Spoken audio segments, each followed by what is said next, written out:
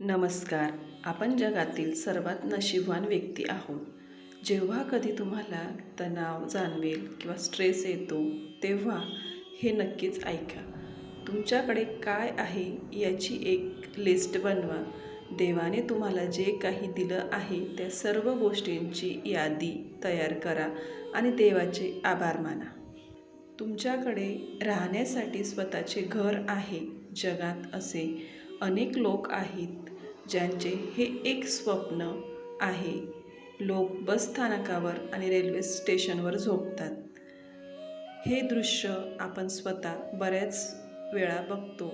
म्हणूनच देवाचे आभार माना की आपल्याकडे स्वतःचं घर आहे. तुमच्याकडे बाईक किंवा कार आहे. असे कित्येक लोक आहेत ज्यांच्यासाठी गाडी असणे हे एक स्वप्न आहे, पण परिस्थितीमुळे ते ती घेऊ शकत नाही.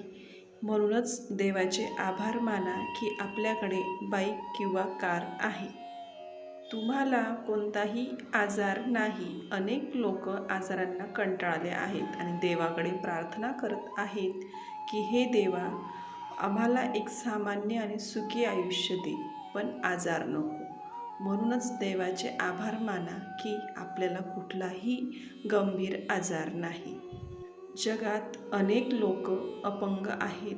ते आपल्या आयुष्याला कंटाळले आहेत आणि रोज देवाकडे प्रार्थना करतात की देवा, आम्हाला पुढच्या जन्मात एक सामान्य माणूस बनव, अपंग करू नको. आपण कितीही नशीबवान आहोत की आपण पूर्णपणे सामान्य आहोत. जर आपण अपंग असतो तर आयुष्य कसे असते याचा एकदा विचार करा आणि देवाचे आभार माना. जगात असे अनेक लोक आहेत ज्यांना 2 वेळेचे जेवणही मिळत नाही. आपल्याला ते मिळते आणि तेही मनासारखे. म्हणूनच देवाचे आभार माना. जगामध्ये प्राण्यांना खूप यातना सहन कराव्या लागतात. ते बोलू शकत नाही, स्वतःचे उपचार स्वतः करू शकत नाही. कोणीही त्यांना मारते तर कोणीही त्यांना त्रास देते. ते रोज देवाकडे प्रार्थना करतात की आम्हाला मनुष्य जन्म लाभू दे.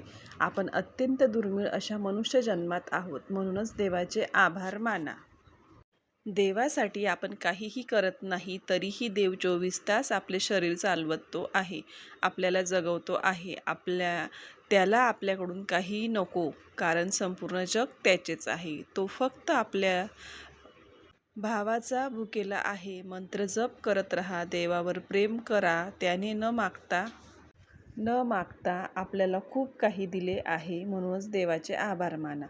आहोत की नाही आपण जगातील सर्वात नशीबवान आणि सुखी व्यक्ती.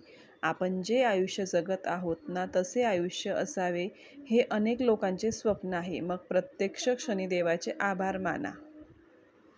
आनंदी रहा. आहे त्या गोष्टीत समाधानी रहा.